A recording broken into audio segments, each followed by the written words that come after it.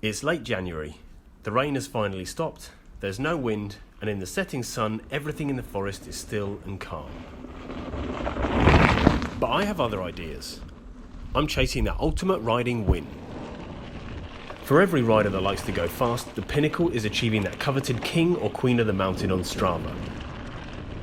But we're skipping ahead a bit. Let's start at the beginning.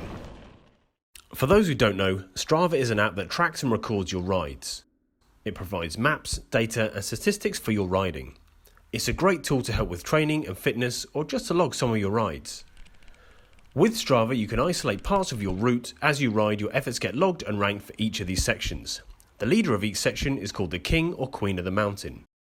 Now, my goal today is not to gain a crown, but to demonstrate how hard it really is to get to the top of a well-ridden Strava section.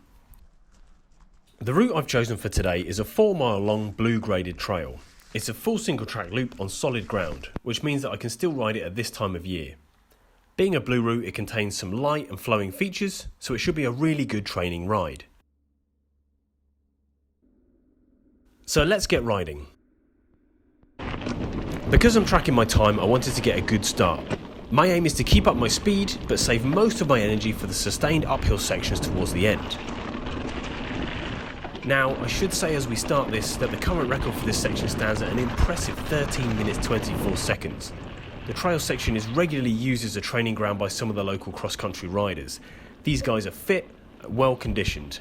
Two things that I am not. So the chances of me topping the leaderboard today are extremely unrealistic. Considering that 6,556 people have recorded Strava times on this trail, I'd love to get at least in the top 600 people, which means completing the trail in less than 19 minutes and 52 seconds. I really am going to give it my all just to see how my riding measures up, and give me a starting point to see how I can improve my fitness as we get closer to the summer mountain bike season. Today's conditions are cold, there's ice on the ground and the temperature is about 3 degrees. The trail is mostly dry, but it has some wet sections from all the recent rain, but that shouldn't slow me down. The current king of the mountain stands at a staggeringly quick time, so to make sure I have a chance of getting as high up the leaderboard as possible, I'll need a clear run with no mistakes. Pushing too hard and having a crash will guarantee I don't get a good time. Because the route is quite long, my biggest issue will be slower riders ahead of me. I may have to wait to pass them, costing me valuable time. Aiming to pit yourself against a Strava section is a great way to test your fitness against some of the fastest local riders. This data is second to none if you're training for any kind of event or race. You can adjust the data on Strava for metrics like your gender, age, or just everyone who's ever ridden the route.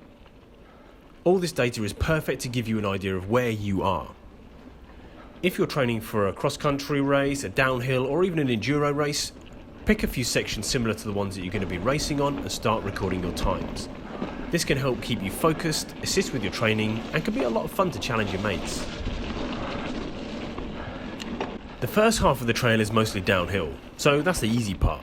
The rest of it is a steady climb back up to the start again. That's where I'll have to dig deep to not lose time against the fitter and stronger riders.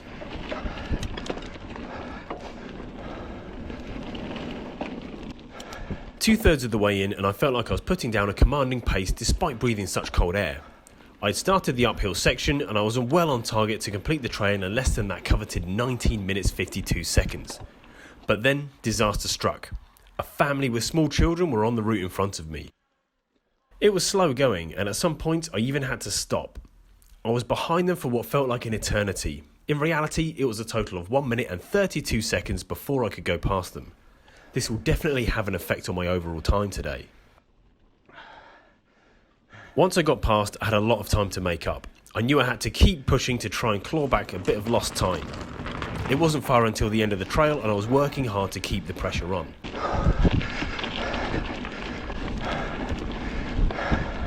But was it enough to make up for lost time and secure my place in the top 600? With the trail finished, it was time to check Strava. My finishing time was 19 minutes 33, which puts me in 501st place, achieving my goal of recording a time within the top 600 riders. As I said in the start of the video, it really is tough to reach a top position on a well-recorded Strava trail section. Even with the 1 minute 32 seconds that I spent behind the slow-moving family, these wouldn't have been enough to get me anywhere near the KOM, which stands at over 6 minutes quicker than my finishing time. So, like me, you may not be able to achieve that overall king of the mountain, but it can give you a great idea of how you stack up against the other local riders and some great information about your fitness and abilities. Perhaps I'll come back and ride this section again at some point to see if I've improved.